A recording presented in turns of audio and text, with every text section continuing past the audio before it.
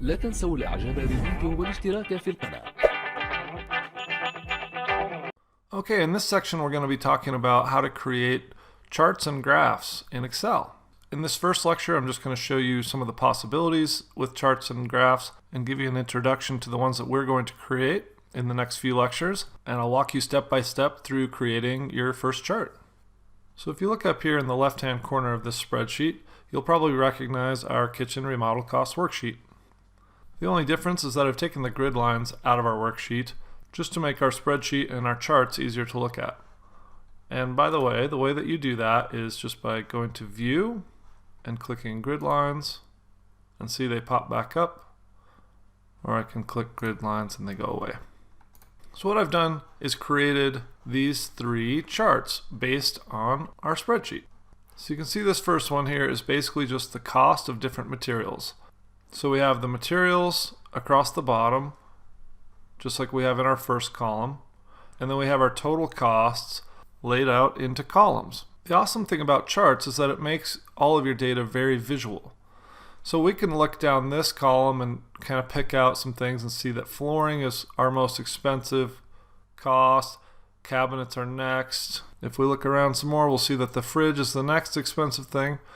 Or we can create a chart like this and we can really easily see that our flooring is the most expensive thing, that our cabinets are the second, and that our fridge is the third. And so this is a column chart, which I'll show you how to do. And then next here is a pie chart. It's just a circle that's divided into segments representing each of the materials in our chart. So all of our materials here are represented around the outside, and in this case, instead of having the cost of different ones listed in the chart, we have the percentages of the total cost for each one. So again, we can see that our flooring is 41% of the entire cost of the remodel. And then when we go over to paint, we can see that it's only 2%. So this gives you a really great visual breakdown of your costs. Finally, we have essentially the same chart as this first one over here, but this one is set up as a bar chart, so our data is represented horizontally. And the nice thing about a bar chart is it makes it even more clear the differences in any value. So you can see how flooring really stands out because this bar extends so far across the page, whereas this one does still stand out, but it's not quite as dramatic as this. And you can see all the way down to like the cabinet handles and the paint, what each one costs, and how each item relates to the rest of the items in the list. So let's just start from scratch with our kitchen remodel cost worksheet, and I'll show you how to create your first chart. And probably one of the hardest things about creating charts is deciding how you want to represent your data. For instance, if we were to have a chart that listed our materials and then the quantity of each material, that might not really be that beneficial to us, because it's not necessarily going to help you in any way to see a chart that shows you that you're going to have 24 cabinet handles and 400 square feet of flooring. On the other hand, if you want to compare costs of each material to each other to see which parts of your project are going to be the most expensive, then comparing your total costs for each material makes a little bit more sense. So before you go to create a chart, look at your data and really think for a minute about what you want to represent.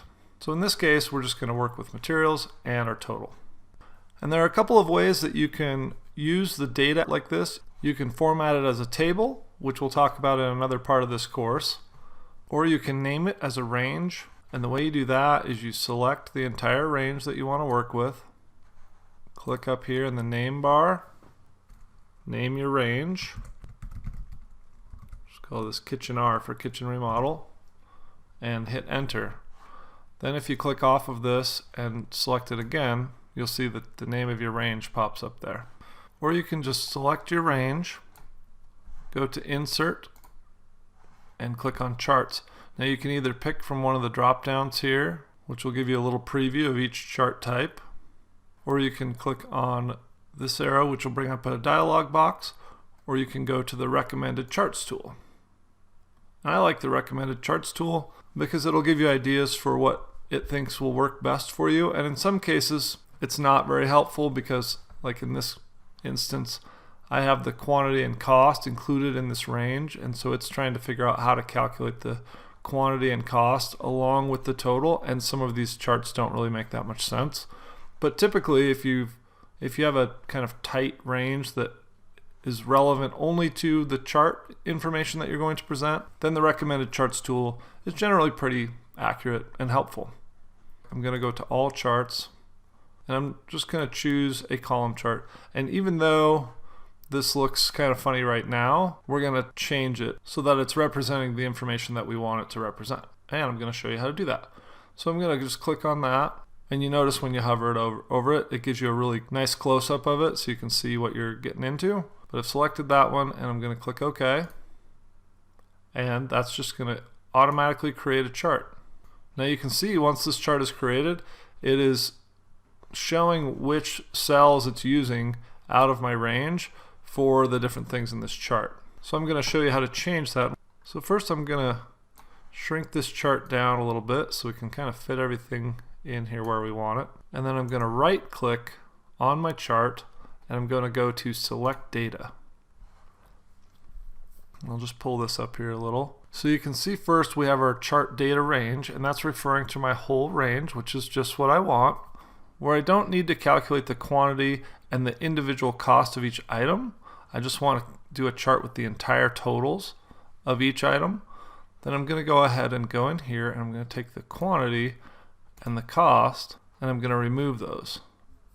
And then the other thing I'm going to do is I'm going to switch the rows and columns. So I actually want the total cost of my materials to be in the vertical column, and I want all of these items to be in the horizontal column, so each of them will be represented differently. So I just click this, and it'll switch those back and forth. And you can see how that's changed things. So now I'm going to go ahead and click OK. Now I can expand this a bit to make it look a little better. And now you can see we have a really clear representation of our flooring costs, our cabinet costs, cabinet handles, and all of the different materials that we have in our spreadsheet. And that gives you a basic chart representing the differences of the costs of each of your materials. In the next lecture, we'll look at some tools for formatting this so we can change the colors and different elements of it to make it look exactly like we want it to look.